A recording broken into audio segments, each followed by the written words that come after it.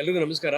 ನಾನು ಡಾಕ್ಟರ್ ಅಂಜನಮೂರ್ತಿ ಅಂತ, ಇಲ್ಲಿ ಕನ್ನಡ ಉಪನ್ಯಾಸಕ ಮತ್ತು NSSನ ಸಂಯೋಜನಾಧಿಕಾರಿ. ಕಳೆದ ಕೆಲವು ವರ್ಷಗಳಿಂದ ಮಲೇಶ್ವರಂ 18th ಕ್ಲಾಸ್ನ ಈ ಪದವಿ ಪೂರ್ವ ಕಾಲೇಜಿನಲ್ಲಿ ಮತದಾರರ ಜಾಗೃತಿ ಆಂದೋಲನ ತುಂಬ ಚೆನ್ನಾಗಿ ನಡೀತಾ ಇದೆ.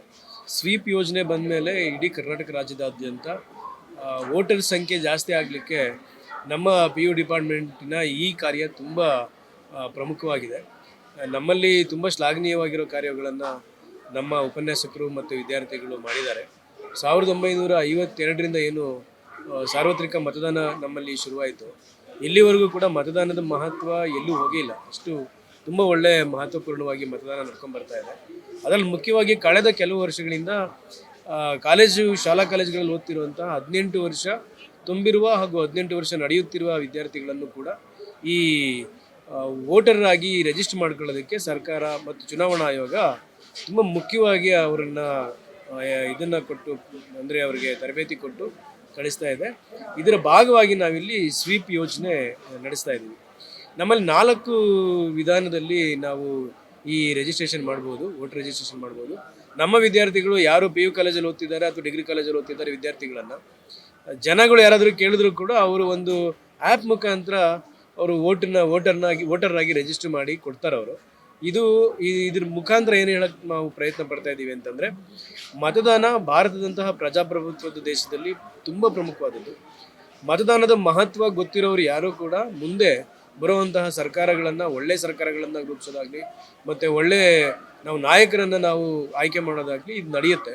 ಈ ಕಾರಣಕ್ಕಾಗಿ ಕಾಲೇಜುಗಳಲ್ಲೇ ಈ ಒಂದು ಜಾಗೃತಿ ಕಾರ್ಯಕ್ರಮ ನಡೆಸಬೇಕು. ನಾವು ಪ್ರತಿ ವರ್ಷ ನಮ್ಮ ರಾಜ್ಯಶಾಸ್ತ್ರ ಉಪನ್ಯಾಸಕರಾಗಿರುವಂತಹ ನಮ್ಮ ಭಾರತಿ ಮೇಡಮ್ ಅವರ ನಾಯಕತ್ವದಲ್ಲಿ, ನಮ್ಮ ನಿರ್ದೇಶಕರ ನಾಯಕತ್ವದಲ್ಲಿ ಪ್ರತಿ ವರ್ಷ ಜಾಥಾ ಮಾಡ್ತೀವಿ, ಮತದಾರರ ಜಾಗೃತಿ ಆಂದೋಲನ ಮಾಡ್ತೀವಿ ಮತ್ತು ಈ ನೋಂದಣಿ ಕಾರ್ಯವನ್ನು ಹೆಚ್ಚೆಚ್ಚು ಮಾಡ್ತೀವಿ. ಕಳೆದ ಸಲ ನಮ್ಮ ಇದರಲ್ಲೇ ಪ್ರತಿ 2 ವರ್ಷಗಳ ಕಾಲ ನಮ್ಮ ಕಾಲೇಜಿನ ಆವರಣದಲ್ಲೇ ಪ್ರತಿ ವರ್ಷ 200ರಿಂದ 250 ಮತದಾರರನ್ನು ನಾವು ರಿಜಿಸ್ಟರ್ ಮಾಡಿದ್ದೀವಿ. ಮುಂದೆ ಕೂಡ ಈ ರಿಜಿಸ್ಟರ್ ಜಾಸ್ತಿ ಮಾಡುವಂಥ ಒಂದು ಅವಕಾಶ ಇದೆ. ಈಗ 18 ವರ್ಷ ನಡೀತಿರೋರು ಕೂಡ ಈ ಒಂದು ಆ್ಯಪ್ ಮುಖಾಂತರ, ಎಲೆಕ್ಷನ್ ಕಮಿಷನ್ ಬಿಟ್ಟಿರುವಂತಹ ಆ್ಯಪ್ ಮುಖಾಂತರ ರಿಜಿಸ್ಟರ್ ಮಾಡ್ಕೋಬೋದು ಮತ್ತು 18 ವರ್ಷ ತುಂಬಿರೋರು ಮಾಡ್ಕೋಬೋದು. ಇದು ಮಕ್ಕಳಲ್ಲಿ ಜಾಗೃತಿ ಮೂಡಿಸೋದ್ರ ಜೊತೆಗೆ ಸಮಾಜದಲ್ಲಿ ಮತದಾನದ ಬಗ್ಗೆ ಅರಿವನ್ನು ಮೂಡಿಸೋದಕ್ಕೆ ಕೂಡ ತುಂಬ ಪ್ರಮುಖವಾದ ಪಾತ್ರ ವಹಿಸುತ್ತೆ ಅಂತ ನನ್ನ ಅಭಿಪ್ರಾಯ. ಇಲ್ಲ, ಇದು ಕೆಲವು ತಿಂಗಳು ಮಾತ್ರ ಮಾಡ್ತೀವಿ ಸರ್. ಒಂದು ವರ್ಷಕ್ಕೆ ಒಂದು ಸಲ, ಅದು ನವೆಂಬರ್ ತಿಂಗಳಲ್ಲಿ ನಮಗೆ ಹೇಳ್ತಾರೆ. ಪ್ರತಿ ವರ್ಷ ನಮ್ಮಲ್ಲಿ ಮಕ್ಕಳು ಬಂದು ಹೋಗ್ತಿರ್ತಾರೆ. ಈಗ ಸೆಕೆಂಡ್ PUC ತುಂಬ ಮಕ್ಳಿಗೆ ಮಾತ್ರ 18 ತುಂಬುತ್ತೆ. ಸೆಕೆಂಡ್ PUC ಬರೋ ಮಕ್ಳಿಗೆ ಕೆಲವು ಜನಕ್ಕೆ 18 ವರ್ಷ ತುಂಬುತ್ತೆ. ನಾವು ಇಬ್ಬರನ್ನೂ ನೋಡ್ತೀವಿ, 18 ವರ್ಷ ತುಂಬಿರೋರಿಗೂ ಮತ್ತು 18 ವರ್ಷ ನಡೀತಿರೋರಿಗೆ ಇಬ್ಬರಿಗೂ ಕೂಡ ಇಲ್ಲೇ ರಿಜಿಸ್ಟರ್ ಮಾಡ್ಕೋಬೇಕು ಅಂತ ಹೇಳ್ತೀವಿ. ಇದ್ರ ಜೊತೆಗೆ ನಾವು ಅವರಿಗೆ ತರಬೇತಿ ಕೊಡೋದೇನಂತಂದರೆ, ನೀವು ಹೊರಗಡೆ ಯಾರಾದರೂ ನಿಮ್ಮ ಮನೆಗಳ ಪಕ್ಕ ನೀವು ಈ ಆ್ಯಪ್ ಮುಖಾಂತರ ರಿಜಿಸ್ಟರ್ ಮಾಡಿಸೋದಿದ್ರೆ ಅವ್ರಿಗೆ ಹೇಗೆ ರಿಜಿಸ್ಟರ್ ಮಾಡಬೇಕು, ಹೊಸ ವೋಟರ್ಸ್ಗೆ ಅಂತ ನಾವು ಇದು ಮಾಡ್ತೀವಿ. ಅದ್ರ ರಿಜಿಸ್ಟ್ರೇಷನ್ ಆಗುತ್ತೆ, ಆದರೆ ಎಲೆಕ್ಷನ್ ಕಮಿಷನ್ ಅದು ವೋಟರ್ ID ಮತ್ತು ಎಲೆಕ್ಷನ್ ಕಮಿಷನ್ ಅದನ್ನು ನೋಡ್ಕೊಳ್ಳುತ್ತೆ. ಖಂಡಿತ ಮೊಬೈಲ್ ಆ್ಯಪ್, ಆಧಾರ್ ಕಾರ್ಡು ಹೊಂದಿದ್ರೆ ಸಾಕು ನಮಗೆ ರಿಜಿಸ್ಟ್ರೇಷನ್ ಮಾಡಿ.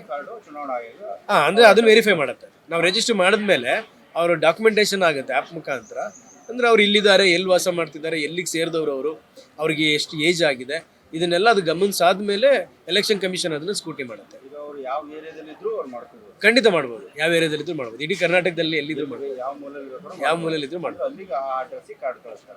ಹೌದು. ಅಲ್ಲ, ಮತ್ತೆ ಹೋಗಿ ಅವರು ಇಲ್ಲಿ ರಿಜಿಸ್ಟರ್ ಮಾಡಿದವರು ಮತ್ತೆ ಹೋಗಿ ಎಲೆಕ್ಷನ್ ಕಮಿಷನ್ ಮುಖಾಂತರ ಅವರು ಕಾರ್ಡನ್ನು ತಗೋಬೇಕಾಗುತ್ತೆ, ಮತ್ತೆ ಇನ್ನೊಂದು ರಿಜಿಸ್ಟ್ರೇಷನ್ ಮಾಡಬೇಕು. ಹೌದು, ಕಾರ್ಡ್ ಕಳಿಸಲ್ಲ, ರಿಜಿಸ್ಟ್ರೇಷನ್ ಮಾತ್ರ ಮಾಡ್ತೀವಿ. ಇದೊಂದು ಜಾಗೃತಿ ತುಂಬ ಮುಖ್ಯವಾಗಿ.